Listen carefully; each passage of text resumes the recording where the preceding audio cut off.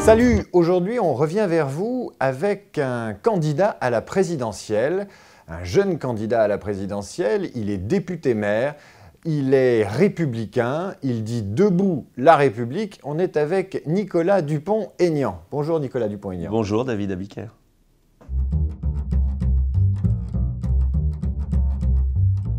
Il y en a un étonnant, c'est pas un entretien d'embauche au sens propre, mais c'est Philippe Séguin. Quand il a été élu président du RPR, il cherchait un secrétaire national aux fédérations. Et il m'a reçu, alors Philippe Séguin était, même si je le connaissais, était très impressionnant, très silencieux, très taciturne. Je me souviens des silences, comme si, par le silence, il voulait voir comment j'allais réagir. En fait, il était assez provocateur, presque déstabilisateur.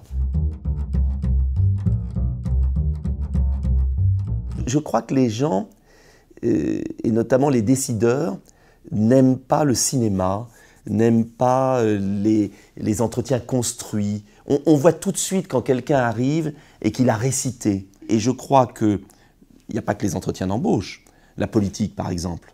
Je pense que, par exemple, les électeurs préfèrent quelqu'un de vrai, même s'ils ne partagent pas toutes les idées, à quelqu'un qui veut toujours coller à leur pseudo-attente et qui finalement ne répond à aucune d'entre elles. Donc le seul conseil, moi, que j'ai envie de donner à ceux qui cherchent un emploi, c'est d'être eux-mêmes. Mais attention, être soi-même, cela veut dire qu'on a fait un énorme travail préalable.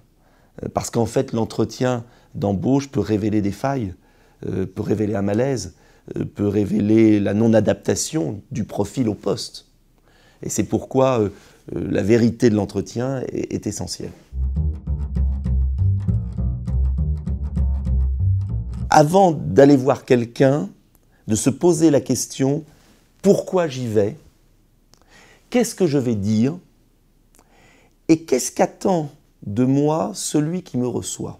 Souvent, j'ai vu des personnes venir me voir pour un entretien qui n'avaient pas du tout réfléchi à qui j'étais, ce qu'était la commune et quel était le poste, et qui cherchaient en fait à plaquer leur propre CV, leur propre histoire sur la commune et sur le poste que je proposais.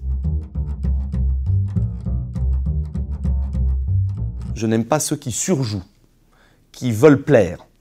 Ça m'exaspère. Et là, immédiatement, on doute de tout. Attention à l'esbrouf, attention à la... je préfère quelqu'un d'un peu timide et de solide à quelqu'un qui veut impressionner. Ça m'arrive surtout de me dire à chaque fois, c'est une mission impossible. Parce qu'il faudrait passer des heures avec quelqu'un.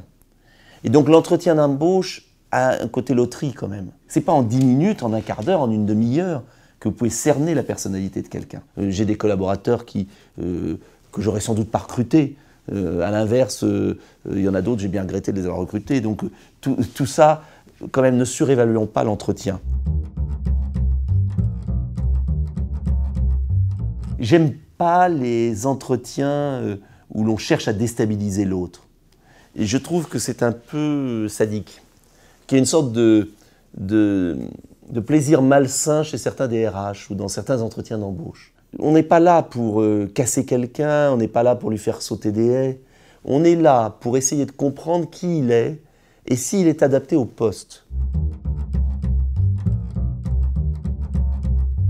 Je ne m'intéresse pas seulement au recrutement des chefs. C'est toute la grille hiérarchique qui doit être respectée. Il y a un truc qui me scandalise, c'est de voir ces pauvres vendeuses ou ces vendeurs debout dans les boutiques quand il n'y a personne. Voilà. Ça m'exaspère. Comme s'il fallait qu'ils souffrent pour être bien. Il y a cette vieille mentalité que j'aime pas. L'idée très concrète, c'est que les entreprises aient intérêt à créer des emplois en France. Alors vous me direz, ça c'est trop général. Alors après, j'ai une idée toute simple, que j'ai proposée 100 fois, c'est que quand une entreprise fait un bénéfice, l'impôt sur les sociétés soit diminué de moitié quand le bénéfice est réinvesti en France. Et qu'en revanche, quand il le donne en dividende, le taux augmente légèrement. Montebourg, mais je pense qu'on serait... que j'aime bien.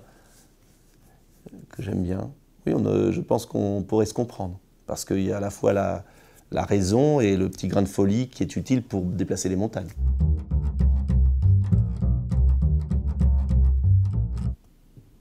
Je ne suis pas méchant.